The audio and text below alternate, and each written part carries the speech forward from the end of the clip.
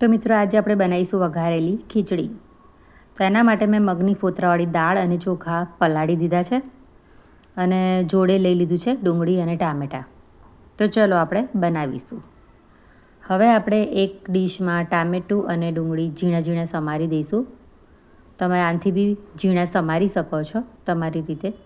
જોઈ શકો છો મેં મગની ફોતરાવાળી દાળ અને ચોખા પલાળ્યા હતા. તો હવે એક કૂકર લઈ લઈશું અને કૂકરમાં આપણે થોડું તેલ નાખી દઈશું અને તેલને ગરમ થવા દઈશું.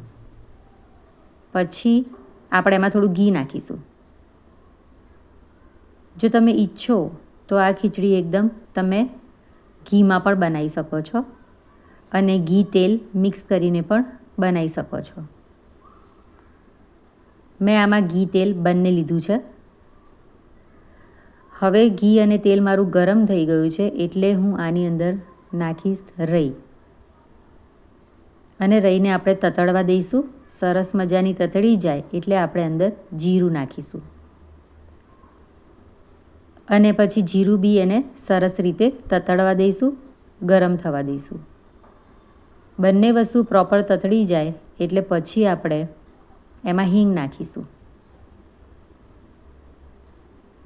મિત્રો આ ખીચડી ખાવામાં એકદમ ટેસ્ટી લાગે છે. હવે આપણે એમાં થોડી હળદર નાખીશું અને બધું સરસ મજાનું ગરમ થવા દઈશું. પછી હવે આપણે જે ઝીણી ડુંગળી સમારી હતી એ આપણે કૂકરમાં નાખી દઈશું અને પછી એને સાતળવાની. આપણે મોટા ગેસે જ સાતળવાની. મોટા ગેસે એને ફટાફટ તમારે હલાવતા રહેવાનું અને સાતળતા રહેવાનું. પછી ઝીણા સમારેલા ટામેટાં નાખી દેવાના અને પછી એને બી સરસ સાતળાવવાના મોટા ગેસે. ધીમો મોટો કરતા રહેવાનું. પછી આપણે એમાં લવિંગ નાખીશું. 2 લવિંગ લીધા છે મેં. લવિંગ નાખી દઈશું અને એને બી હલાવી દઈશું. બધું પ્રોપર મિક્સ થઈ જાય એટલે આપણે જે દાળ ચોખા પલાળ્યા હતા, મગની ફોતરાવાળી દાળ અને ચોખા, એ આપણે એને નાખી દઈશું બધું જ કૂકરમાં. પ્રોપર બધું નાખીને પછી આપણે એને મિક્સ કરી દઈશું. અને પાણી છે એને થોડું માપનું ઓછું રાખવાનું જેથી એકદમ ઢીલી ના થાય અને આપણી ખીચડી એકદમ છૂટી લાગે. સ્વાદ પ્રમાણે મીઠું નાખી દઈશું. પછી એને બધું મિક્સ કરીશું. પછી આપણે એમાં લાલ મરચું નાખીશું. હું ખાલી કાશ્મીરી લાલ મરચું જ વાપરું છું. જો તમે ચાહો તો થોડું તીખું મરચું પણ મિક્સ કરી શકો છો. અને પછી બધું જ પ્રોપર મિક્સ કરી દઈશું.